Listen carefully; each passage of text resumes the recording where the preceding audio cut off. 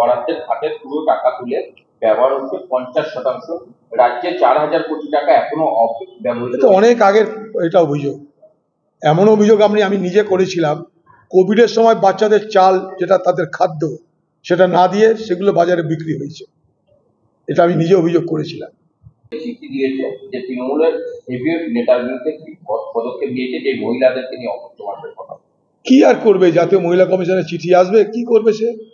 মনে করুন উত্তর দিল না, বা দিল সেরকম করে, তাদের কি করার ক্ষমতা আছে? তাদের এক্সিকিউটিভ মানে কিছু এক্সিকিউশন করার তো ক্ষমতা নেই তাদের। সেটা একটা রিপোর্ট যাবে। এখানকার পুলিশ কখনোই মহিলা কমিশনের ইচ্ছা মতন, তাদের দাবি মতন কোনো কাজ করবে বলে আমি বিশ্বাস করি না। ঘাট পেটাচ্ছে। এদিকে 26-এ 15 বছরের পুঁজি নিয়ে অগ্নি পরীক্ষায় মমতা সরকার। দেখুন, দুটো সরকারই ব্যর্থ। তর্ক হোক, আলোচনা হোক, মানুষ দেখুক, দুটো সরকারই ব্যর্থ।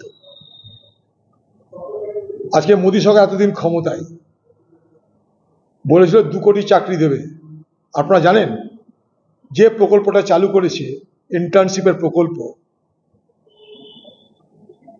সেই প্রকল্পে একটা বছরে 7,000 লোকের চাকরি হয়েছে। ভারতবর্ষে আজকে সব থেকে দুরবস্থা বেকারদের, বেরোজগারদের।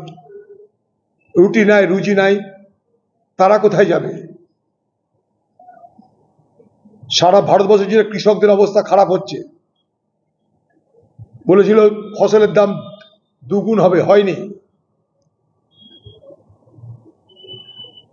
ভারতবর্ষের আর্থিক ব্যবস্থাও নেমে গেছে এবছর।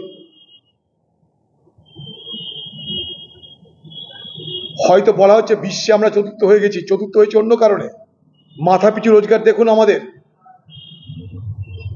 যখন মাথাপিছু রোজগার দেখবেন, তখন দেখবেন আমাদের মাথাপিছু রোজগার ভারত, পাকিস্তান এসব সমান সমান হয়ে গেছে। ঢোল এখানে অনেক বাজে, মৌলিক পরিবর্তন কোথায়? ভারতবর্ষে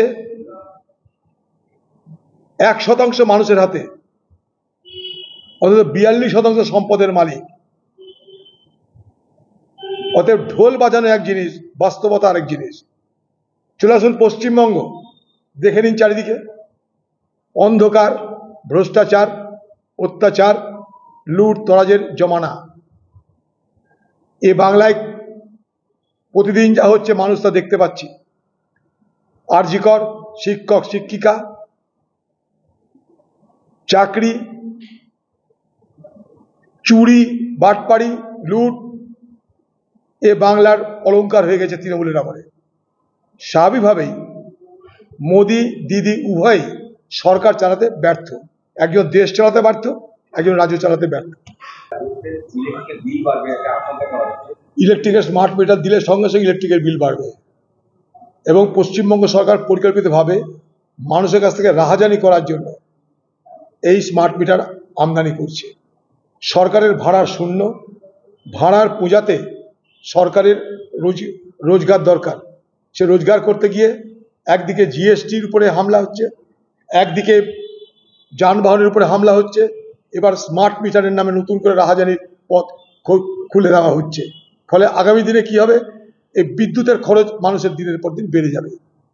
যখন অন্যান্য রাজ্যে, মনে করুন কংগ্রেস পরিচালিত ঝাড়খণ্ডে, কংগ্রেস পরিচালিত কর্ণাটকে, কংগ্রেস পরিচালিত তেলেঙ্গানায় যখন বিদ্যুতের দর মকুব করা হয়, বিদ্যুতের বিল মকুব করা হয়, তখন এই পশ্চিমবঙ্গে বিদ্যুতের দর বাড়িয়ে দেওয়া হয়।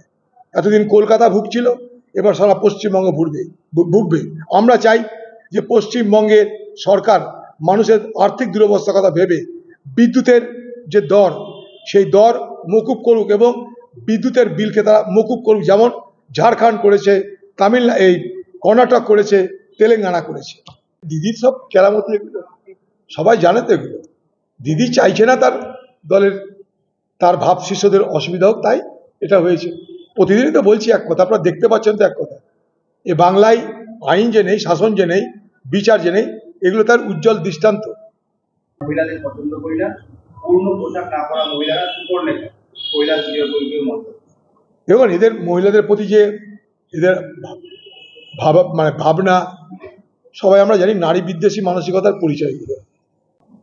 দাদা, ফের দলের একাংশকে নিশানা করলেন সামাটারি তৃণমূল বিধায়ক মদন মিত্র।